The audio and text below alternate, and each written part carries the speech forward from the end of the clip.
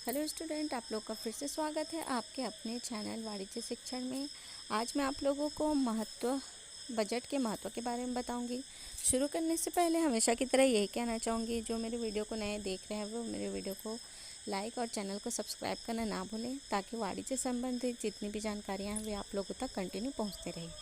तो चलिए आइए शुरू करते हैं बजट के महत्व के बारे में, कि किस तरह से यह बजट को अच्छे से समझाए रखता है और इसके महत्व को बताता है कि यह किस तरह से बहुत ही महत्वपूर्ण है।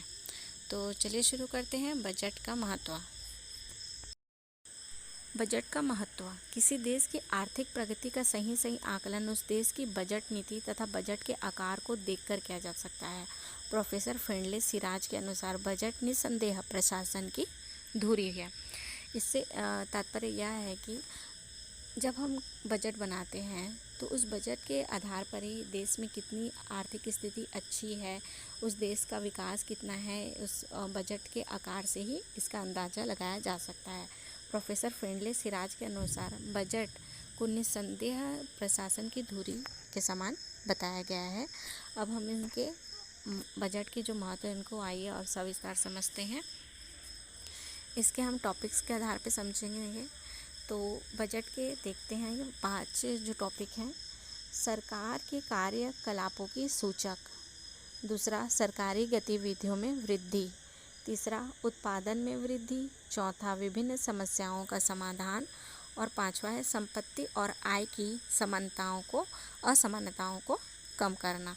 तो ये जो 5 टॉपिक अभी हमने देखा, उसको हम सविस्तार समझते हैं कि यह बजट के महत्व को किस तरीके से हमें समझाता है। सबसे पहले हम देखेंगे सरकार के कार्यकलापों की सूचक। बजट सरकार के कार्यकलापों का महत्वपूर्ण सूचक है। नियोजित ढंग से आय का अर्जन और बुद्धिमत्तापूर्ण व्यय सरकार के कार्यकुशलता को दर्शाते हैं। इसमें कहा जा रहा है कि सरकार के जो कार्य हैं उनके बजट के आधार पर उस कार्य को पूरा किया जाता है। तो ये जो है सरकार के जो कार्यकलाप हैं उनका सूचक है, मतलब उस बजट के हिसाब से वह कार्य कर सकता है कि नहीं कर पा रहा है, किस तरीके से कर रहा है, यह उसकी सूचक है। बजट सरकार के जो कार्यकलाप हैं उसके सूचक के रूप में काम करते हैं। और नियोजित ढंग से आय को अर्जन करके उस बजट को अर्जन कर उसका बहुत ही बुद्धिपूर्ण तरीके से उसका व्यय करना सरकार की कार्य की कुशलता को दर्शाता है। दूसरा है सरकारी गतिविधियों में वृद्धि। वर्तमान समय में सरकारी गतिविधियों में अत्यधिक वृद्धि हुई है। इसमें इन गतिविधियों को पूर्ण करने के लिए आवश्यक व्यय की पूर्ति हेतु बड़े साधनों को एकत्रित करना होगा। बजट के अभाव में यह सब उचित ढंग से करना संभव नहीं है। स्पष्ट है कि जो सरकार की गतिविधियां हैं, जो उनके कार्य हैं, उनमें वृद्धि हो रही है, लेकिन अगर हम इसका जो ये गतिविधियां हैं इनकी में अगर और वृद्धि करनी है तो बजट का अधिक होना और मतलब बजट को अच्छे तरीके से बनाए रखना और उस बजट के हिसाब से कार्य को करना बहुत ही आवश्यक है, जिससे कि सरकार की जो गतिविधियां हैं उनमें और वृद्धि होगी। इसमें इन गतिविधियों को पूर्ण करने के लिए आवश्यक है कि हम ज़्यादा से ज़्यादा व्यय करें, और उसके लिए अगर हम व्यय करना है तो हमें बजट को भी अच्छे से बनाए रखना है। और अगर हम व्यय करेंगे तो जो सरकार की गतिविधियां हैं उनमें और भी अच्छे से वृद्धि की जा सकती है और भी गतिविधियों को अच्छे से विकासपूर्ण किया जा सकता है। तीसरा है आपका उत्पादन में वृद्धि। ये तो क्लियर है, ये है कि उत्पादन में वृद्धि किस प्रकार से किया जा सकता है। बजट संबंधी नीति के माध्यम से ही सरकार उत्पादन में वृद्धि में सहयोग कर सकती है। आर्थिक संस्थाओं को उद्योगों में निवेश करने के कारण की गई अनुदान के लिए प्रचुर मात्रा में धन जुटा सकती है। अगर उत्पादन में वृद्धि होगी तो बजट संबंधी नीति के जो माध्यम से ही सरकार उत्पादन में वृद्धि कर सकती है। मतलब जितना ज़्यादा बजट होगा उतने ज़्यादा जो सरकार है वो, अगर मान लीजिए कोई उत्पादन कर रहा है तो उसमें वह सहयोग कर सकता है, उस संस्था को उद्योग में निवेश करने के लिए सहयोग कर सकता है। तो ये सब किससे संबंधित है? बजट से ही संबंधित है। चौथा है विभिन्न समस्याओं का समाधान। आर्थिक विकास को प्रेरित करने, अर्थव्यवस्था के समक्ष उपस्थित विभिन्न समस्याओं का समाधान करने के लिए, जैसे मुद्रास्फीति की समस्या, भुगतान संतुलन में घाटा आदि, बजट एक महत्वपूर्ण साधन है।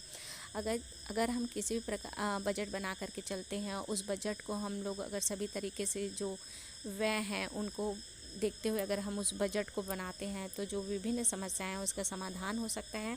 जैसे उदाहरण के लिए मुद्रास्फीति की समस्या, भुगतान संतुलन में घाटा, ये सारे किस्से एक बजट के एक महत्वपूर्ण साधन है। तो इन सब की जो समस्याएं हैं, इनसे आर्थिक विकास को जो प्रेरित कर अर्थव्यवस्था के समक्ष जो उपस्थित विभिन्न समस्याएं हैं उनके समाधान के लिए बजट महत्वपूर्ण साधन है। पांचवा, संपत्ति और आय की असमानताओं को कम करना। असमानताओं से ये स्पष्ट है कि जो संपत्ति और आय के बीच असमानताएं हैं उनको कम करना है। बजट संबंधी नीति संपत्ति और आय के वितरण की असमानताओं को भी कम कर सकती है। प्रगतिशील कराधान कर और मृत्यु कर लगाकर सरकार धन प्राप्त कर सकती है, जिससे समाज के कमजोर वर्ग के लिए कल्याण के लिए प्रयोग किया जा सकता है। आय और जो संपत्ति हैं उनके बीच की जो असमानता है उनको दूर करने के लिए बजट बनाया जा सकता है, बजट संबंधित नीति बनाई जा सकती है। और जो सरकार है वो क्या करता है, प्रगति कल्याण में जो कर लगते हैं मृत्यु कर लगाकर धन प्राप्त कर सकता है, और जो कमज़ोर वर्ग के लोग हैं उनके कल्याण के लिए उस धन को व्यय कर सकता है। तो ये जो हम लोगों ने पढ़ा आज 5 टॉपिक, ये आपके बजट के महत्व के बारे में था। और भी वाणिज्य से संबंधित जानकारियाँ आप लोगों तक कंटिन्यू पहुँचती रहेंगी। तो वीडियो को लाइक और चैनल को सब्सक्राइब करना ना भूलें, ताकि वाणिज्य से संबंधित आपको जानकारियाँ मिलती रहें।